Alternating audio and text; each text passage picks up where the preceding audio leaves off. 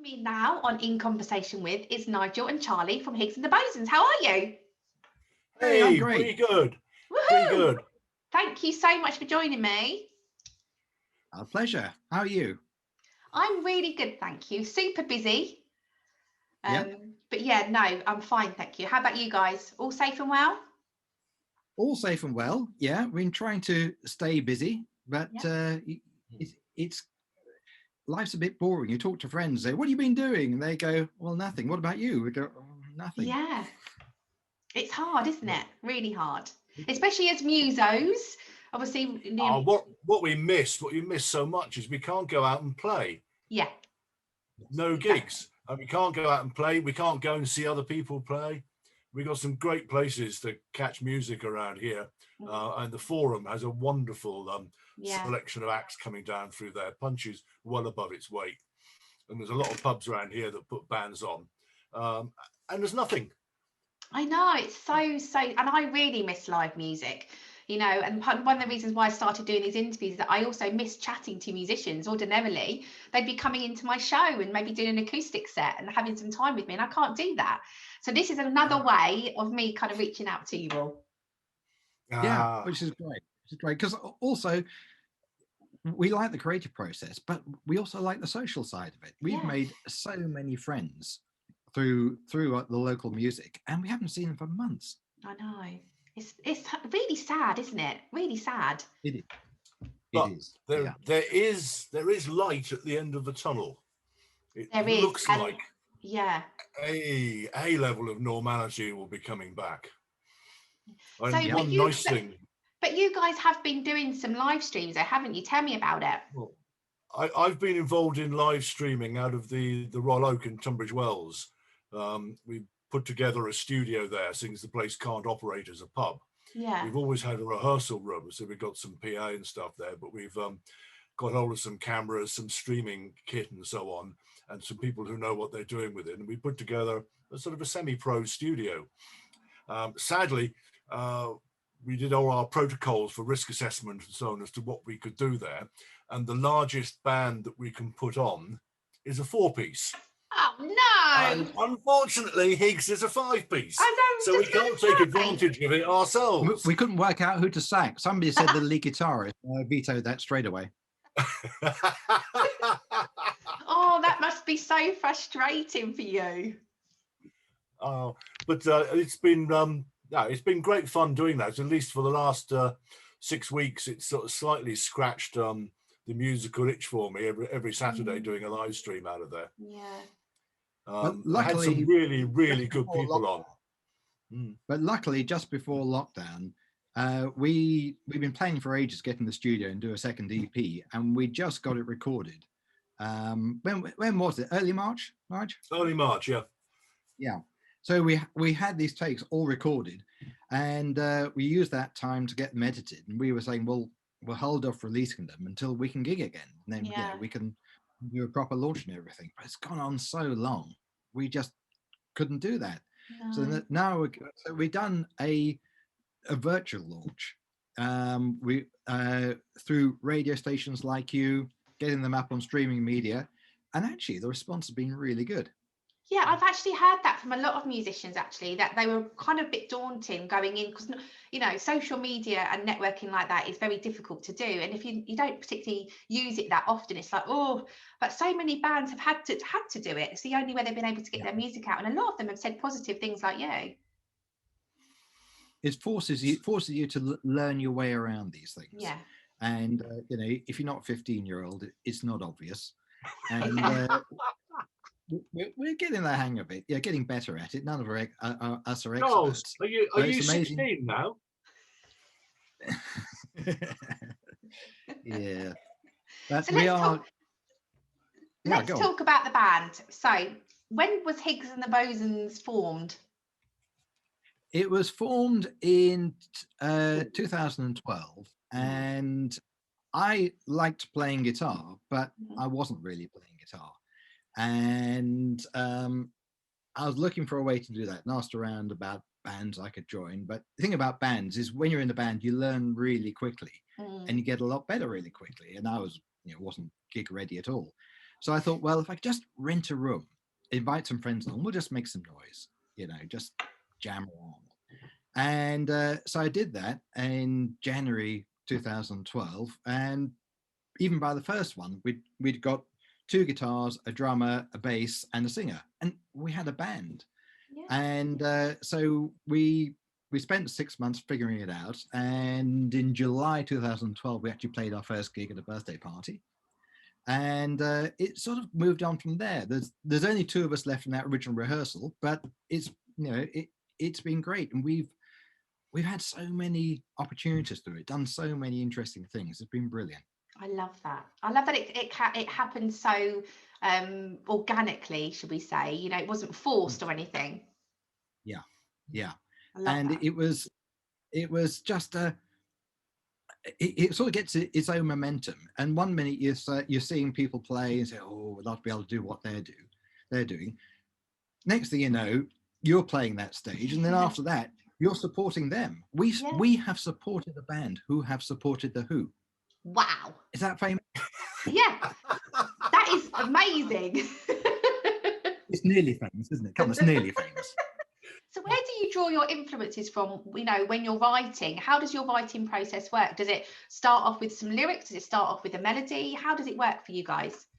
I think mostly it starts off with a riff.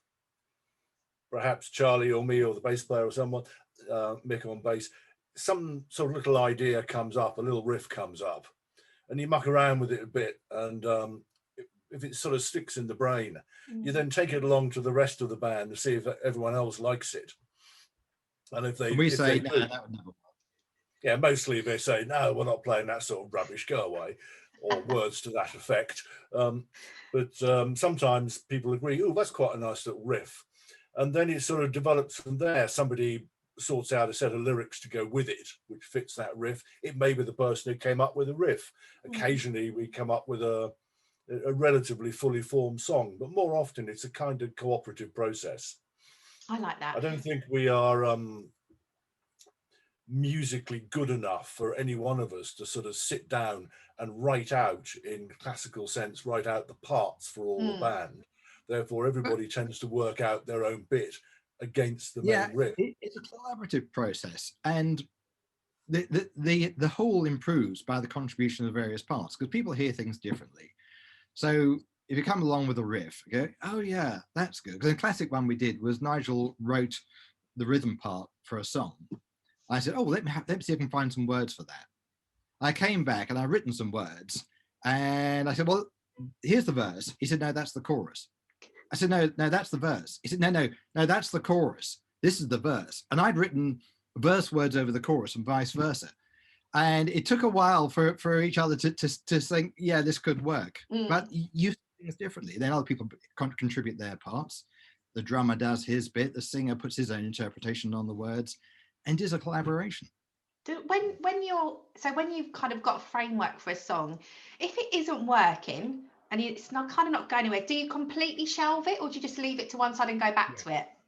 We have parked things in the past, things that are quite fully formed, and you play it and you go, yeah, this it's not really working, and you literally have to cut it adrift, because otherwise you waste too much time on it. Move on to the next things. Don't be afraid to kill your children.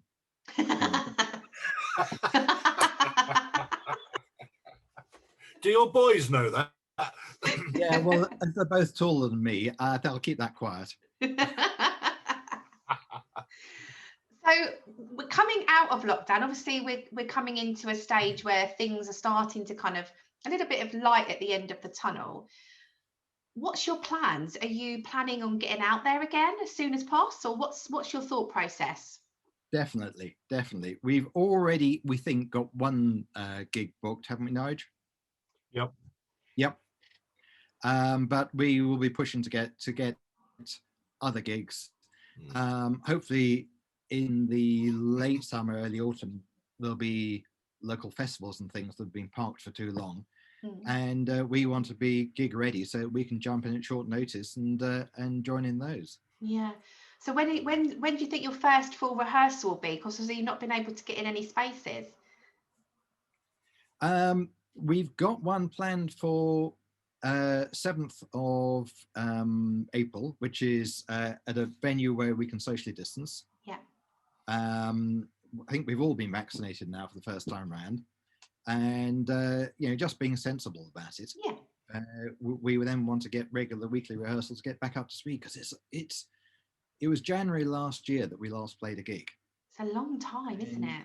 We have played together at times since, but we are going to be very rusty. It won't take you long to warm up again. No, I'm sure it won't. So are you continually writing, or do you have a time where you kind of don't write at all, but you don't think about it, or is it a constant process? We spend too much time not writing. Writing is always a challenge. You need the songs to be able to gig, but also developing the songs is very rewarding. If you can do it, it's actually great. But it's always that thing of, it's a big effort. I'm not really happy with what we're doing. So you tend to put it off, where you should just keep knocking stuff out. It does sort of require the band, because one of the things that happens when you're writing the way we do it, you come up to a little riff, a little earworm. Well, that sounds quite good. So you go and play it to some of the others, and they say, yeah, that's fine, but Wishbone Ash did that back in the late 70s or something, Yes. Yeah, you kind of feel like you've heard it before. Yeah, in which case you say, no, never heard of them, carry on regardless. That's the way to do it. Yeah. So if you were to let's ask a question. If you were to describe Higgs and the Bosons to somebody that never heard you before, how would you do that? We like to describe ourselves as atom punk. Okay. Yeah, there is a strong punk influence there. It's energetic. It's very sort of riff based, but also we all relate to that sort of Cold War generation where basically you can be wiped out in 4 minutes time. You never knew, and I think that gives you a view on life and a take on life, and so it's quite sort of confrontational. And it's about challenging ideas and getting things out of your system, which actually is no bad thing, is it? I think with so many of us kind of sit back and kind of go with the flow, but it's nice to kind of be slightly different and get your point across in a different way. Be a bit spiky, can't hurt. Yeah, no, definitely. And the energy that you must have then when you're performing must give you a great buzz.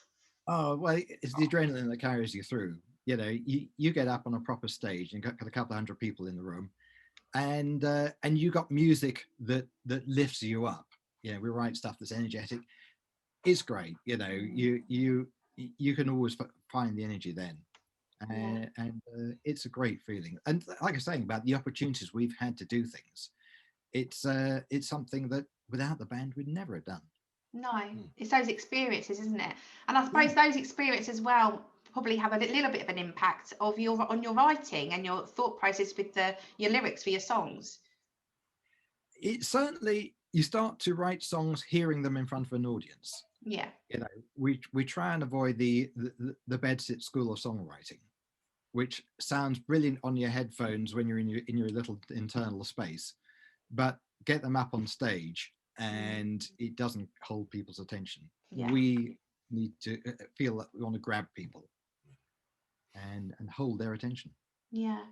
So if people wanted to find out about you and your music, how can they do that? Right. Well, we have an Instagram and a Facebook presence. Just look for Higgs and the Bosons. But also we're on most streaming services, which includes, Nigel?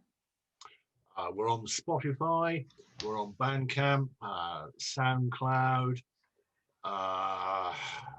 That'll do for starters, I should think. So you're kind of everywhere then?